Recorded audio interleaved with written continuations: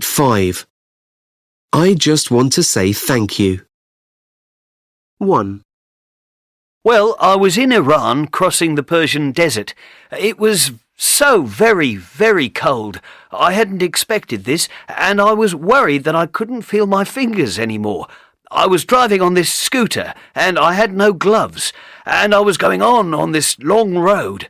Suddenly I saw there was a car, and as he got closer, he pulled his car in front of me and stopped and got out. Then he just simply took the lovely sheepskin gloves from his own hands and gave them to me.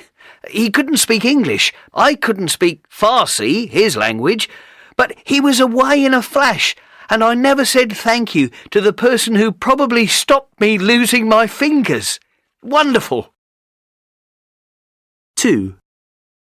In 2003, I was coming back from South Africa from a holiday, and I hate early morning in Heathrow, and I had to go on the tube. So by the time I got to my least favourite tube station, which is Earl's Court, it was packed rush hour, and I just could not see with so many people. I couldn't see when the train came in, and there were 2 young girls who said, "Can we help you?" And they stood on top of a thing, 'cause they weren't terribly tall themselves, and so they could see the train. They helped me on when it arrived. They'd insist on lifting my luggage, and found a place, and made somebody stand up for me to sit down. And, it was just lovely. I would love to thank them, but they weren't... They'd probably never remember, but they were just so... Just help me at the time I most needed it. 3. Back in the 80s, about 30 years ago, my wife and I thought we would do some shopping on a Saturday morning in Oxford Street. And we were with our young children, who were then 2, 4 and 6 years old. And we were on the first floor of a clothes shop, just browsing around, and I suddenly realised that my 4-year-old son was missing. And I had a quick look round on the first floor, dashed down to the ground floor, and there was no sign of him. So I had to go out into the street, by which time I was really starting to panic.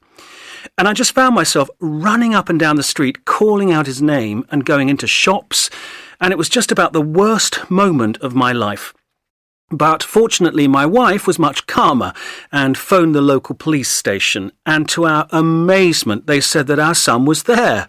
Apparently, what had happened is that a woman, this amazing woman, had seen my boy standing on the pavement crying and clearly frightened, and made the decision to get a taxi and take him to the police station. But she never left any contact details, name and address, nothing.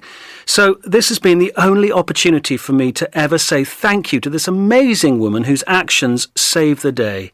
I sometimes dread to think what might have happened to him, so if you're listening, thank you so much. 4. My daughter lost a purse which we'd bought her years ago. I too had recently lost a purse. I left it on a bus. 2 young girls claimed it, so we thought the same thing would have happened to Tamsin's purse. The exceptionally kind person who picked it up found the address on the driving licence and put the purse with all its contents in an envelope and sent it to her. We were both really struck that someone could be so kind and go to so much trouble, and it was such a contrast with the experience that I had recently had, and I would love to be able to say thank you to that person.